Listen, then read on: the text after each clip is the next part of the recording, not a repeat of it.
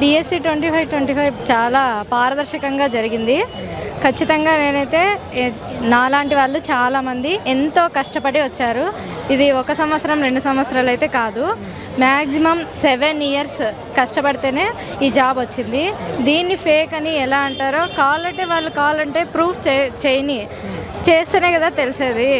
ఇప్పుడు అందరూ అలాగే వచ్చిండ్రు కదండి సార్, అందుకు మేము ఇక్కడ ధర్నాకి వచ్చినాం. మేము గుమ్మగట్ట మండల్లో, అనంతపూర్ డిస్టిక్ గుమ్మగట్ట మండల్లో గుమ్మగట్టలోనే వర్క్ చేస్తున్నాం సార్. మేము దాదాపుగా 2019లో డిఎస్సి జరిగింది.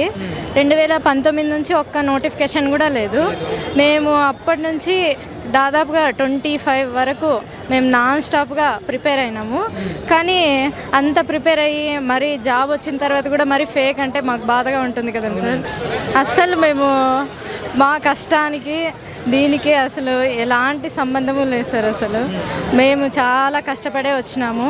మరి ఇంత ఎవరు ఫేక్గా వచ్చినారంటే అది చాలా అన్యాయం సార్.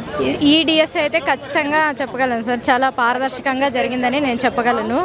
ఎప్పుడు అని ఇన్ని పేపర్లు పెట్టినా కూడా ఎక్కడ పేపర్ లీకేజ్ కానీ ఏమీ కానీ మాకు ఎప్పుడు తప్పుడు ప్రచారం అయితే ఎప్పుడూ రాలేదు. కానీ ఇప్పుడు ఎందుకు అంటున్నారో మాకైతే అర్థం కావట్లేదు.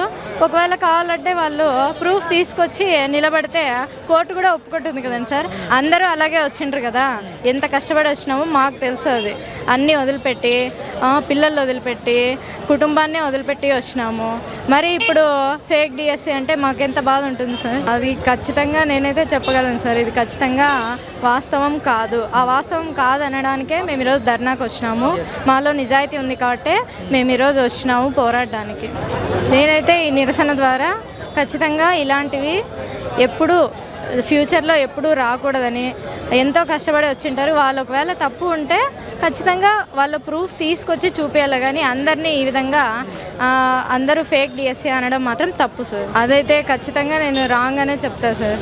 ఎందుకంటే నారా లోకేష్ గారు మేము 7 ఇయర్స్ నుంచి కూర్చున్నా కూడా మాకు నోటిఫికేషన్ లేదు.